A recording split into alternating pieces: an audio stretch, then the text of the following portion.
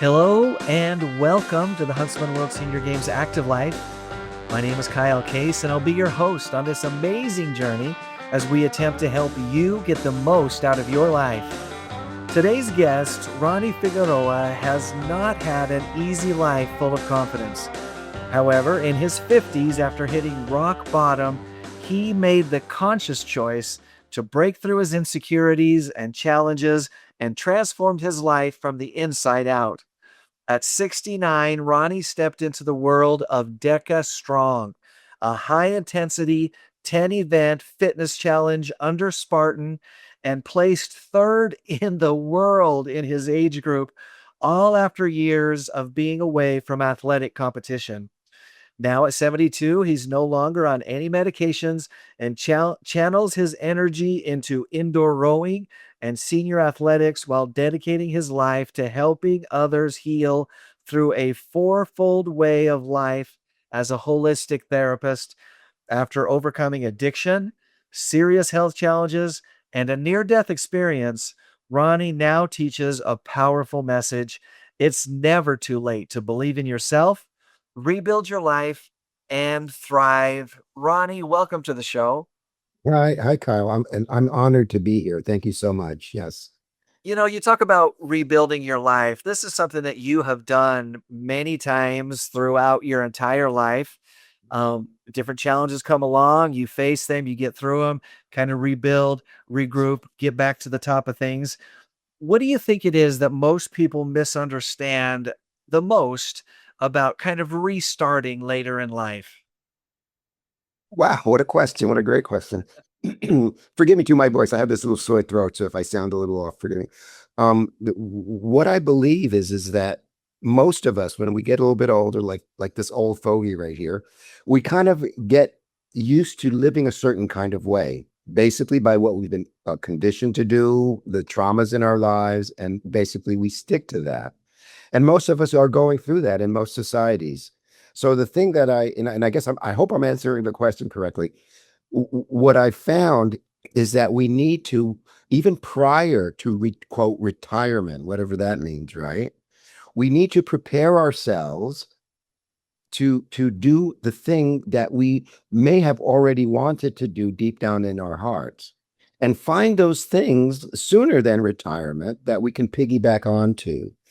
Um, Again, I'm not sure if that really answers No, the absolutely. I think your advice and your approach is right on. Mhm. We do get used to whether we're getting towards the latter part of our latter half of our life or at the beginning of our life. I think we all do have Exactly. that tendency to kind of hold on to the familiar, kind of stick with what we know, Yes. and there is a comfort level in that for sure. And there's Yes. something about being in a familiar place. Mhm. I think there's some power in that to some degree, but when we let it become a rut, I think that's when we run into challenges. A rut or a serious routine. Yeah. And Yeah. these good routines, but that one, and again, we're almost pushed into it by the media, by this thing. It's saying, do it this way, do it that way. Because it wasn't like that, especially for older people centuries ago. So we get stuck more so in this rut over a period of time. Society can have the the potential to kind of define who we are. There's no question about that. We're bombarded by messaging that tells us this is the way it's supposed to be, especially as we age. And the reality is we get to see this all the time here at the Huntsman World Senior Games. But the reality is that we get to set our own path. No one gets to decide that for us. And we need more of that. That's why I was so grateful and being with you today and just, just sharing whatever I can to help. So I want to dig a little bit into your personal story. As I said, you've kind of reinvented yourself a number of times. You hit rock bottom at one point in your life. Tell us where you were at that point, and then how you were able to see a little glimmer of hope that helped you climb up and out. That word right there, glimmer of hope. And I have to be honest, I think I've always had a glimmer of hope, but I didn't know what to do with it, right? Always wanting more, always wanting to do well, wanting to fit in, wanting to do the best that I could. And I went the wrong direction even as a teenager. I did the, maybe I was going to say typical, but more atypical, drinking, smoking, drugging, you name it. And I was doing that mostly out of an escape, mostly out of insecurities, mostly to fit in and wanting to do that. Joined the Navy in 19 to really get away from some of the stuff that I was dealing with. It really helped me out a lot. I'm not saying I went to fight or anything, but it was good. It was good to see a community like that. I think it really helped me out when I got out. Did I stop? No. And please, because I can go drone on and on about this, but so you got to interrupt me when I do. I'll go right to my 50s, doing various kind of things in that, but also a lot of self-destructive behavior throughout that. Getting into my 50s, already having some degrees, in therapy and whatever, wanting to find out more, but feeling like crap about myself deep down inside still. I would put on the act, the air, because I could do so many different things. I started a company here. I did this kind of thing and I did that kind of thing. But it was so evident in me that I needed more. I wanted more. And it started to become, more alive inside of me. Sometimes that can be scary because I'm actually allowing some of these things to come up. So I did that. But then the more I started to fight to want it to change. And then when I wasn't changing, I went back to doing a little bit more drugs in my 50s. And I was a functional alcoholic for a long period of time where I had my degrees, I had my business going. I was doing all of these kind of things, but I was deteriorating. And then I lost the business. And then I went on disability for a while. I started to develop physical kinds of complications, such as a diagnosed asthmatic condition, a heart condition, a seizure condition. So yeah, even on disability for a while in my 50s. So then I just said to myself, the spark is still here. There's something here, so I have to do something. So within that, I just said to myself, let me try to trust something. Let me learn to trust this spark. Let me look into it. I can't give up. I don't want to give up. So I kept moving forward. And then, and maybe this sounds a little bit ethereal, but then acts of synchronicity set in, and I believe in those very strongly. I was driving, not feeling very good about myself. And I went to this bookstore. I was going to self-help groups. I mean, you name them, I've gone to them. I don't want to be a name dropper, but I went to this bookstore, knowing that I wanted to do better, going to these things and just not working for me. But then I'm saying, I was crying out for help during this time. In the bookstore, I went across this turnstile thing, right? And I just knocked it over with my arm a little bit. A book fell down called The Power of Now. I don't know if you've ever read that or heard about it. I'm not familiar with that It's one. by a gentleman, many millions of people know about Eckhart Tolle. And it speaks about the importance of learning to not beat yourself up so much, to learn to be really present with yourself, and then maneuver through all these things by exposing them to where you are in any given moment. Learn to face them, basically. Learn to expose them, basically, and not let your brain take over. Oh, I'm this, or I should be doing this, or I should be doing that. And I think it was one of the key catalysts that kind of moved me forward. And then from there, I started building up on top of it more and more to, I guess, where I am now, where I don't have any of those diseases. I don't have any of those issues. I'm pretty motivated at my age. I hope that comes across anyway. And there's this connection that I have by virtue of, I mean, psychologists call it self-actualization. Am I perfect with anything? No, far from it. But I've seen how real it can be when you really start to attach to who you truly are, more of who you truly are, and then trust that more than anything else, which can be a battle to stay here with yourself instead of trying to impress others, instead of trying to fit in, being who you genuinely are and trusting that voice. And so far as I've practiced this, I'm getting better and better and better. And I want other people to understand how readily available, no matter what age you are, how readily available healing, if you want to call it that, can be. And I believe it should happen in a relatively short period of time. For most people, Go ahead, finish your thought. no, because that's pretty much it. Well, I was just going to say, I really appreciate a couple of things about what you've just shared. Number one is there was a time in your life when from the outside, it may have looked like everything was perfect. You had a job, you'd started a company, you've got degrees, you've had success. but internally you knew that something wasn't quite right. The self-confidence, the self-esteem, the desire to change yourself, to do better, to be better, wasn't quite there. And then once you were able to identify that, recognize the hope, hold on to the hope, move onward and upward, that's when things started to change. I do want to talk a little bit about this DEKA Strong Challenge.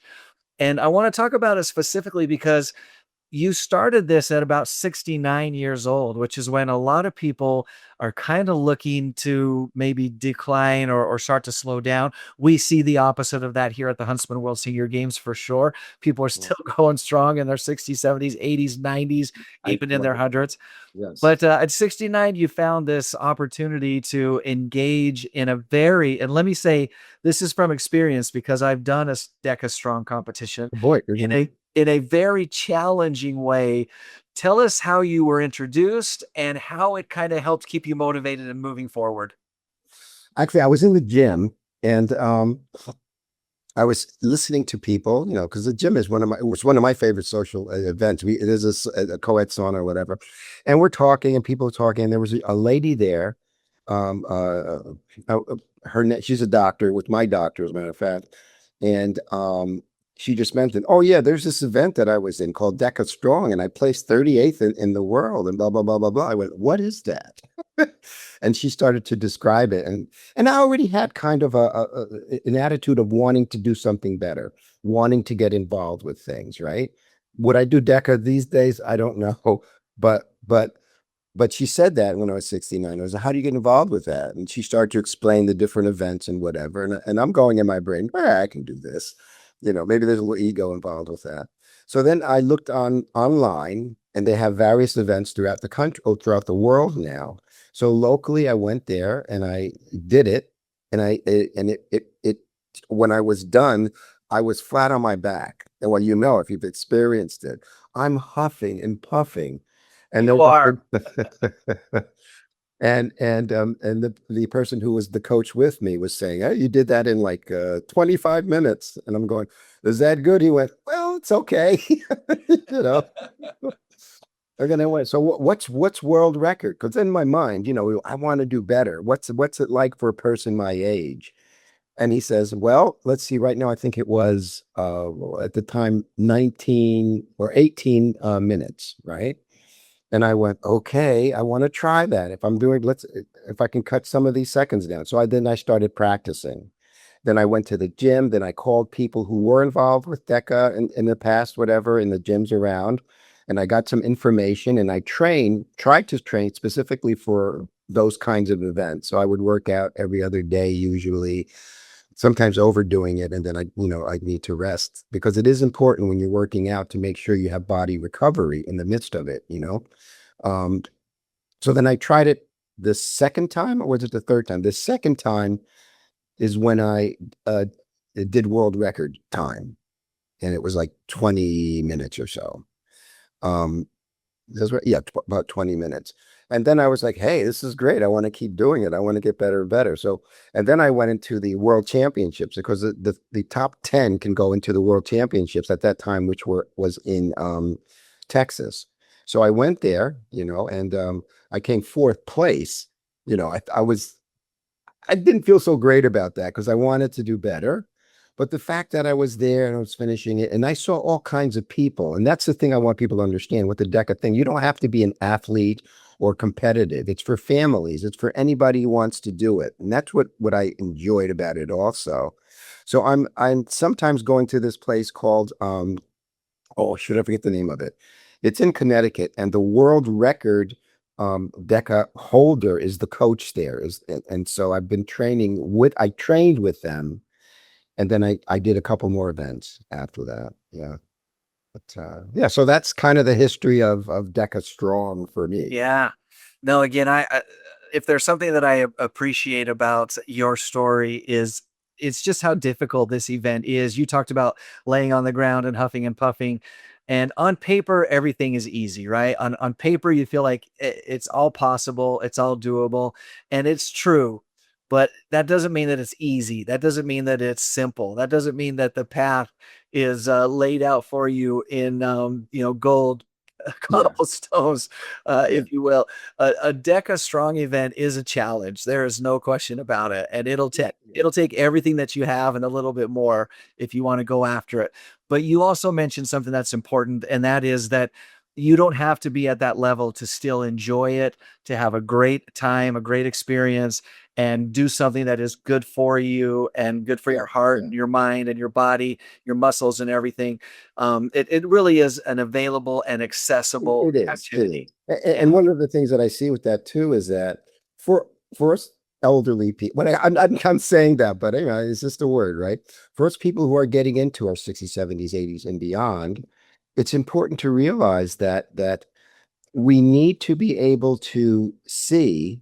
And I used the word before, but it's basically being aware of what's going on most of the times in your life and not letting the things distract you, like, oh, I can't do this. That's a big one. Or I shouldn't do this, or I have too many other things I got to do. A lot of that, I believe, comes from the unconscious mind, again, that has held us back all of our lives. So when we can bring that stuff up and allow ourselves to heal that way much more inside to see that yes we can, and I know we can, because I've had that thing, no I can't, but now at 72 I'm even more so saying yes I can. I'm going to be doing a senior event, a javelin throw, and trying to get a record for the what is it, the concept 2 rower. Yeah. uh, so yeah, so I think it's really important for people to understand that. And I'm lazy. I have to be honest with you, Kyle. I am lazy, you know, I'm but the having a thing, hard time buying that completely, but okay. well, I say that in the sense of I needed the motivation. Yeah. And it's easy to fall back into laziness if you don't have some kind of motivation. Because, like I was saying before, prepare ahead of time for what you want to do in life, because we need to have some kind of that spark to become bigger and bigger within us. So, that motivation will, not just might, but it will, for most people, statistically, will help people live longer, will help them feel better. The more that they can get out there, do more working out, whatever. You start where you are. Don't try to go into some great event right away. If you have issues in your body, just walk. Just do something and then build up on top of that and then get motivated for the next thing. But that motivation factor in believing in oneself is so important, I think. So many of our athletes share that with us. The biggest motivator, the biggest motivation that they experience is registering for an event. Maybe it's the Huntsman World Senior Games, maybe it's something else. But the fact that you've registered, you have set the expectations for yourself, you share it with your friends and family, there's some additional motivation and help and support along the way. And it really does help us accomplish the things that we want to do, that we're trying to do, that we need to do by Yeah. having that extra, the motivation and just taking the very first step of registering and getting yourself set up for success. I think Yeah. is the first step going forward. Um, we're running a little short on time, but I think we have enough to cover this. You have a fourfold way of life technique. Tell us what that is and how that works in your success. Okay. I've developed it over several years, actually, what I call the 4-4 way of life. Where basically what it is, I think it's a universal concept that we all need to live by and practice. And I'll say some of the 4 words and I might explain it. And people might need more. So if they want, they can get on my website if they want, or my email address, and I'll get back and give them information. But basically the 4 folds are these 4 things: being aware of who we are in our bodies, being vulnerable enough to take the risks in life, and then trust ourselves. That's 4 right there. Now, it sounds easy enough with 4 words on paper, On paper, right? but the actual practice of it and the living of it, it's telling yourself basically, hey, and you don't have to believe it, honestly, but I'm just saying to people, practice this for a while. It's simple enough. And I'll try to explain to like the clients that I work with and everything like that. It's not necessarily in that order, but it's one whole thing, right? We need to have trust. We need to take risks. We need to be vulnerable in our execution of things. And we need to totally, more so than anything, be aware of who we are while we're doing these things. Because what happens is you have to confront more of who you are when you're that aware of who you are. And all these things are being exposed at the same time, right? So I even have a practice where I'll tell people sometimes, okay, just sit and look at yourself. sometimes I'll do this through what I call guided imagery, going back and forth in a person's life that way, and other things, techniques that I use. And have them like, okay, what do you feel vulnerability means? And I've had people go, oh, I'm totally vulnerable. I show everything I am. My show. I said, I don't think you do. I says, you have to understand what vulnerability is. It's truly opening yourself up to the idea that you might not do it right, that you might fail. And you have to be okay with that. And that's one of the hardest things for us as individuals to step into. But, oh, I can't look stupid. Oh, I can't do this. But once you get that kind of mentality, okay, I'm going to do this. Even if I fail 1,000 times. Who was it? Edison invented the light bulb. And a journalist said, why did you fail? But what, don't you feel bad that you failed? It says, no, I just learned 1,000 ways how not to do something. Yeah. And I think that's important. So putting those four together, I try to help people understand it and apply it to their lives in a way that really works for them. It is a universal concept, and I think, I won't say which one is more important, but that trust part, it develops more so when we're putting these together, if that makes sense. I mean, I could go on a little bit more about it, but Well, we're definitely not going to have enough time to dig deeply into any of these concepts, even though you've done a great job of explaining a little bit about what they are. Tell us your website so we can find you again. okay, that's RonnieFigueroa.com. RonnieFigueroa.com. We'll include that in the show notes so people can access that. And there will be more information there to explore these principles that we're talking about. We've Yes. probably got time for about one more question. Um, I don't know if we're going to be able to totally extrapolate all of the information, but you've used movement and activity and physicality and sports really as a motivator.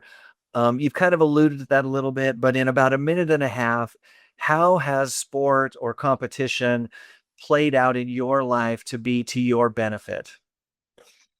Sports is an essential thing, I feel, for, again, motivation, teamwork, because even if you're screwing up, there's always people around in those events who are going to lift you up. I don't care how bad you are.